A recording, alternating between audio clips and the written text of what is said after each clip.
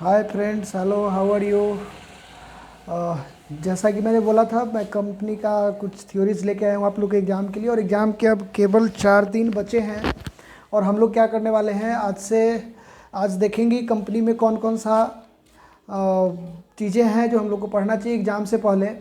और दोस्तों, मैं बता दूं कि आज जो है 31 जनवरी हो चुका है। 4 फरवरी से हम लोग का एग्ज़ाम स्टार्ट है और इवन फरवरी में ही 12 तारीख को हम लोग का अकाउंट्स का एग्ज़ाम है। तो आप लोग हमारे साथ तैयार हो जाइए कंपनी चैप्टर के साथ कि कंपनी में कौन कौन से क्वेश्चन संभावित है। हम कोशिश करेंगे कि पूरा कवर किया जाए इसी वीडियो में, और आप लोग इसका बहुत ज़्यादा से ज़्यादा फ़ायदा उठाएं और इसको पढ़ के आप क्या कर सकते हैं, अच्छे नंबर लेके आए।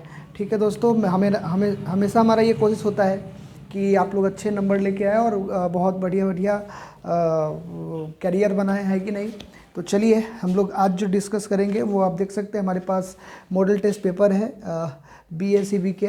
तो इन्हीं पेपर को हम लोग डिस्कस करेंगे आज, है ना दोस्तों। आज क्या करेंगे, डिस्कस करेंगे और फिर उसको आसान बनाने की कोशिश करेंगे, जिससे कि आप लोग क्या कर सके, बेहतर नंबर लेके आ सके। तो चलिए, इसी के साथ मैं पहला चैप्टर जो स्टार्ट करता हूँ, नॉट फॉर प्रॉफिट ऑर्गेनाइजेशन होता है हमारा पहला चैप्टर। तो इसमें केवल दोस्तों हम लोग डिस्कस क्या करेंगे, थ्योरी के पॉइंट को कवर करेंगे, क्योंकि इस बार जो ज़्यादा बेस्ड है वो ऑब्जेक्टिव बेस्ड है, या उसके साथ साथ आप ये बोल सकते हैं कि हमारा जो ऑब्जेक्टिव है और जो थ्योरेटिकल पार्ट्स है वो ज़्यादा होंगे। न्यूमेरिकल्स पे तो फोकस करना ही है, लेकिन साथ साथ हम लोग क्या करेंगे कि ज़्यादा एग्जामिनेशन जिस तरीके से हो रहा है उसके पैटर्न पे हम लोग क्या करेंगे, अपना तैयारी करेंगे। तो आइए हम लोग क्वेश्चन देखते हैं।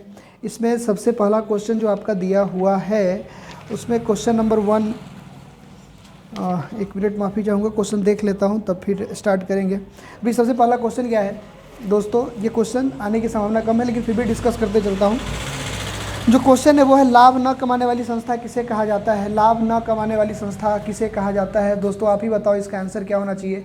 लाभ न कमाने वाली संस्था उसे कहते हैं जो प्रॉफिट कमाने के लिए अपना संस्था को संचालित नहीं करते हैं, जबकि वो अपने संस्था की सहायता से समाज को कुछ सहायता देना चाहते हैं। तो समाज के सहायता के उद्देश्य से अगर कोई संस्था चलता है जिसका उद्देश्य लाभ कमाना नहीं होता है, उसे हम क्या बोल देते हैं, गैर व्यापारिक संस्था बोलते हैं। मतलब what is a not for profit organisation, it refers to that organisation which are not working for earn profit but to serve in society. Serve in society is known as what, not for profit organisation. उसके बाद फिर दूसरा question आपसे पूछा जा सकता है कि अलाभकारी संस्था के 4 उदाहरण दे। ये जो नॉट फॉर प्रॉफिट ऑर्गेनाइजेशन है उसके बारे में बोले कि कोई ऐसा 4 नॉट फॉर प्रॉफिट ऑर्गेनाइजेशन का आप क्या बताइए, एग्जाम्पल्स बताइए। तो एग्जाम्पल्स में यहाँ पे आप कुछ भी दे सकते हैं कि हॉस्पिटल, स्कूल्स, उसके बाद क्लब, चैरिटी ट्रस्ट, उसके बाद आप देख सकते हैं ना पोलियो अभियान, ये किसका होता है, तो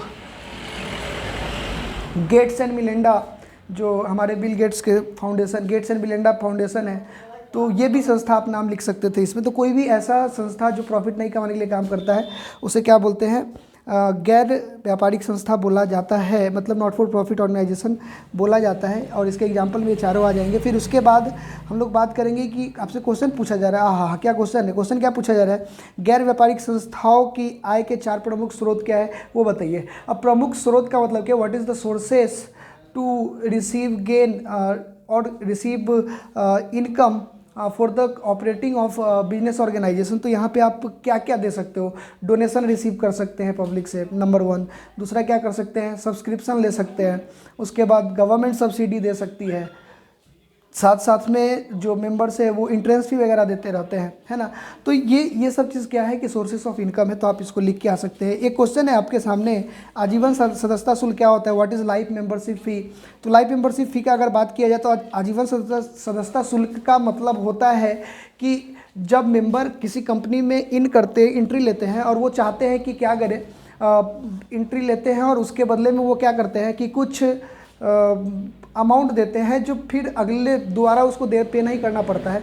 तो लाइफ में अगर एक बार कोई शुल्क या कोई अमाउंट पे किया जाता है मेंबर्स के द्वारा किसको, नॉट फॉर प्रॉफिट ऑर्गेनाइजेशन को, तो फिर ऐसे जो फी जो दिया गया है उसे हम लोग क्या बोल देते हैं, उसे हम लोग बोल देते हैं लाइफ मेंबरशिप फ़ी। ठीक है दोस्तों, तो लाइफ मेंबरशिप फ़ी के बारे में आप लोग समझ गए कि आजीवन सदस्यता शुल्क क्या होता है। फिर हम लोग बात क्या करते हैं कि आपसे क्वेश्चन पूछा जा रहा है प्राप्ति एवं भुगतान खाता का उद्देश्य क्या होता है। तो आप देख सकते हैं कि हम एक समरी प्रेजेंट करता है कि received and payment account present a summary of cash. ठीक है, तो कैश के समरी प्रेजेंट करता है उसे हम क्या बोलते हैं, रिसीव्ड एंड पेमेंट अकाउंट। इसी बातों को बताया जाए तो जो प्राप्ति एवं भुगतान खाता क्या है, तो प्राप्ति एवं भुगतान खाता हमें कैश के जो इनफ्लो है और आउटफ्लोज है उसके बारे में बताता है। दूसरा क्या है इसका जो, इससे हम क्या पता कर सकते हैं कि हमारा कैश बैलेंस किसी भी ऑर्गेनाइजेशन में कितना बचा हुआ है, क्लोजिंग बैलेंस ऑफ कैश, ये भी पता लगा सकते हैं। तो आप इसका आंसर दे सकते थे। ठीक है, फिर आपसे अगर क्वेश्चन पूछा जाता है कि ये क्वेश्चन क्या पूछा है कि प्राप्ति एवं भुगतान खाता कौन सी मद प्रारंभ होता है, किस मद से स्टार्ट किए जाते हैं। तो प्राप्ति एवं भुगतान खाता जो है वो स्टार्ट होता है, प्राप्ति एवं भुगतान खाता का स्टार्टिंग क्या कहते हैं, टू बैलेंस BD, मतलब opening balance of cash and bank record करते हैं, है कि नहीं।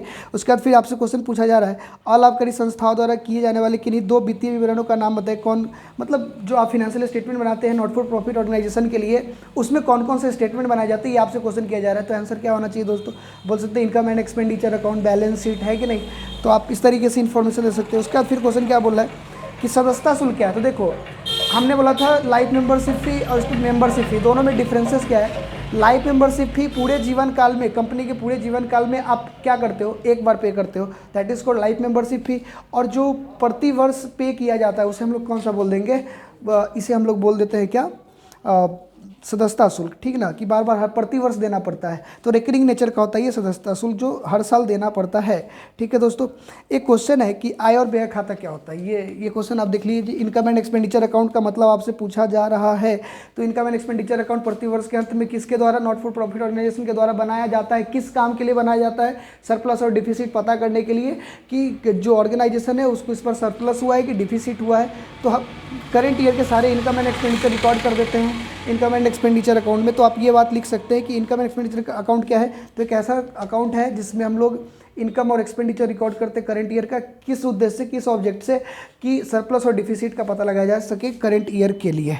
ठीक है दोस्तों, एक क्वेश्चन है आपसे कि आय व्यय खाता किसके द्वारा तैयार किया जाता है। आंसर क्या होगा, नॉट फॉर प्रॉफिट ऑर्गेनाइजेशन। ठीक है, अब आपसे पूछा जा रहा है कि आय व्यय खाता की 4 विशेषता बताइए। कितना विशेषता बताइए, 4 विशेषता बताइए।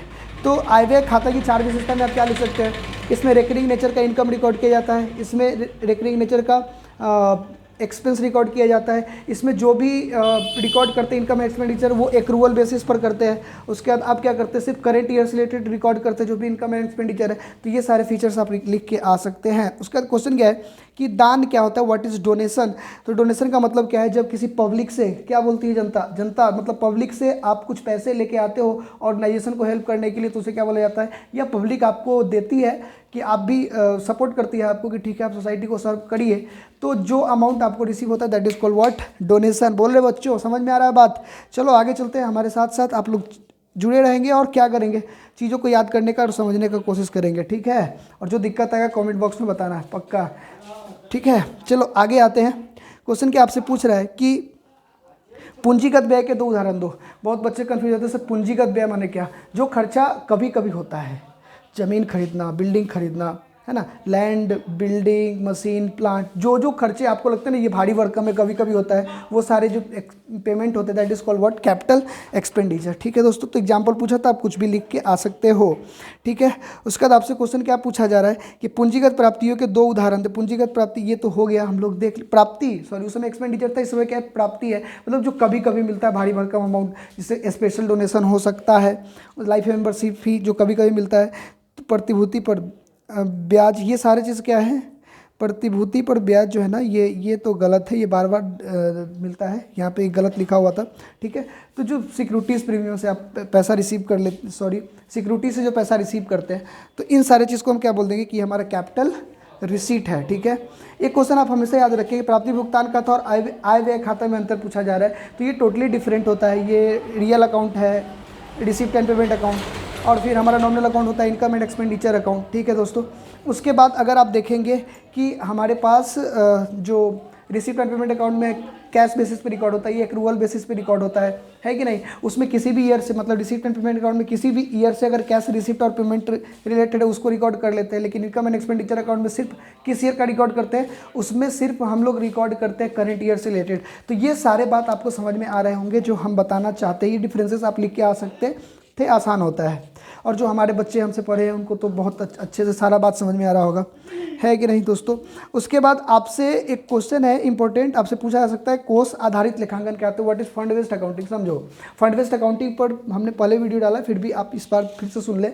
फंड बेस्ड अकाउंटिंग का मतलब क्या होता है कि जब कोई अमाउंट हमें रिसीट होता है, लेकिन वो अमाउंट हमें क्या करता है, कुछ दायित्व लेकर आते, कुछ लाइबिलिटीज़ लेके आते कुछ काम करने के लिए। मतलब जो पैसा रिसीट होता है उसको किसी खास प्रोजेक्ट या किसी खास पर्पस पे ही हम पे कर सकते हैं। तो जो अमाउंट रिसीव होता है उसके लिए किया गया लेखांकन क्या कहलाता है, कोष आधारित लेखांकन दोस्तों। तो ये बात भी आपको समझ में आ रहा होगा। एक क्वेश्चन है कि कैपिटल फंड क्या होता है, ये क्वेश्चन आते भी है और लोगों को दिक्कत भी होता है। कैपिटल फंड का मतलब क्या होता है, देखो जैसे व्यापारिक संस्था जो प्रॉफिट अर्न करने के लिए काम करती है, अगर वो अपना कोई पैसा लगाती है, ठीक है, तो वो जो अपना पैसा लगाएगी ना उसको बोलते हैं कैपिटल। लेकिन गैर व्यापारिक संस्था में जो मेंबर्स पैसा लगाते हैं ना, तो उस पे जो पैसा रिसीट होता है, ठीक है, उसे हम क्या बोल देते हैं, that is called capital fund. एक और बात है, आप दूसरा शब्दों में बोल सकते हैं इस तरीके से कि टोटल एसेट्स बैलेंस शीट के और बैलेंस शीट के टोटल लाइबिलिटीज़ के डिफरेंस जो होते हैं, टोटल अमाउंट के जो डिफरेंस होते हैं, वो डिफरेंसेस लाइबिलिटी साइड को क्या बोला जाता है, कैपिटल फंड बोला जाता है। मतलब टोटल एसेट्स बेस से टोटल लाइबिलिटीज़ को माइनस करने के बाद जो बैलेंस निकल के आता है, that is called our what, capital fund. और उसके लिए हम लोग ओपनिंग बैलेंस शीट भी बना लेते हैं, ये बात भी आप लोग को पता होगा। एक क्वेश्चन है कि वसीयत क्या होता है, बच्चे इसमें देखिए वसीयत क्या होता है। अरे समझ, वसीयत का मतलब होता है कि हमें कहीं से गिफ्ट मिल गया। गिफ्ट मिल गया मतलब क्या, अगर ऑर्गेनाइजेशन को कोई गिफ्ट दे देता है इसलिए कि आप उस पैसे से आप क्या करो, ऑर्गेनाइजेशन को ऑपरेट करो, तो ये पैसा कभी कभी मिलता है। तो वसीयत का मतलब क्या हो गया कि जब एक ऐसी राशि जो उपहार के तौर पर ऑर्गेनाइजेशन को प्राप्त होता है तो उसे हम क्या बोल देते हैं, वसीयत बोल देते हैं। एक होता है endowment fund. Endowment fund sir क्या होता है, तो इंडोमेंट फंड का हिंदी होता है समर्पित निधि। इसका मतलब ये हो गया कि जो पैसा हमें उपहार के रूप में मिला तो क्या उसको हम लोग पॉकेट में रखेंगे, आंसर इज नहीं। तो फिर उसको क्या करेंगे सर, तो उसका हम लोग यूज़ करेंगे, बोलो उसका हम लोग क्या करेंगे, यूज़ करेंगे कुछ अर्न करने के लिए, कुछ जनरेट करने के लिए। तो जो गिफ्ट मिला ना, गिफ्ट वाला अमाउंट को आप कहीं इन्वेस्ट कर दो और वहाँ से जो जनरेट होकर फंड आता है, that is called endowment fund. ठीक है दोस्तों, बात समझ में आ रहा है। उसके बाद आपसे क्वेश्चन हमको लगता है कि लगभग जो इंपॉर्टेंट क्वेश्चन थे हमने डिस्कस कर लिया है। आप लोग इतने क्वेश्चन पे फोकस करेंगे, यहाँ से क्वेश्चन आएंगे नॉट फॉर प्रॉफिट ऑर्गेनाइजेशन के लिए। थैंक यू दोस्तों, फिर मिलते हैं कंपनी के वीडियो के साथ। Okay, thank you, bye.